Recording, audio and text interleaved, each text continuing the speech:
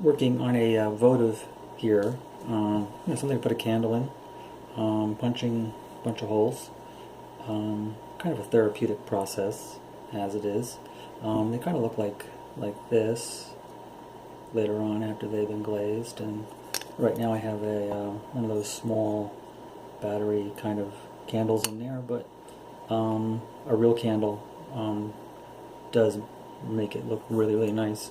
They start off kind of like this, where you're throwing very similar sized shapes all at once.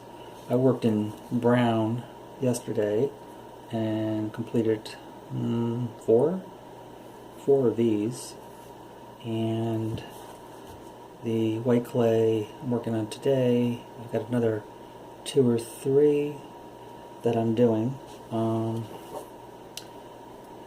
These seem to be nice all year round. Doesn't have to be any specific holiday, can just be in any kind of day kind of thing.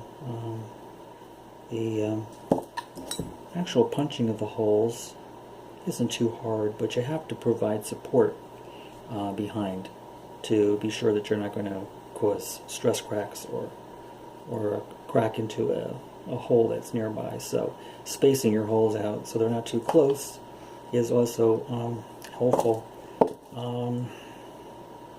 I like to work in the round so that I'm developing the piece kind of like all at once, deciding where I want to place holes.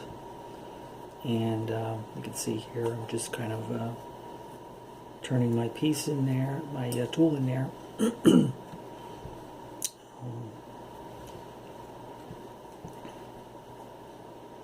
I like to just kind of like poke it a little bit at first, and then I do a little turn, usually counterclockwise, just to kind of work the tool in there and turn it around and empty it. I keep a container here so the studio doesn't get too messy.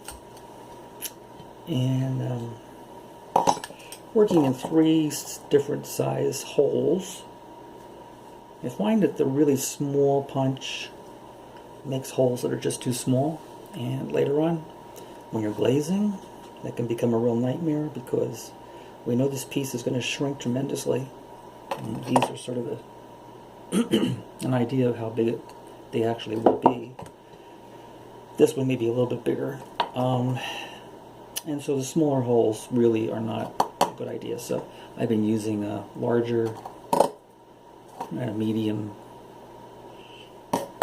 than this other smaller one, but I don't use the really, really small one. And again, I just poke.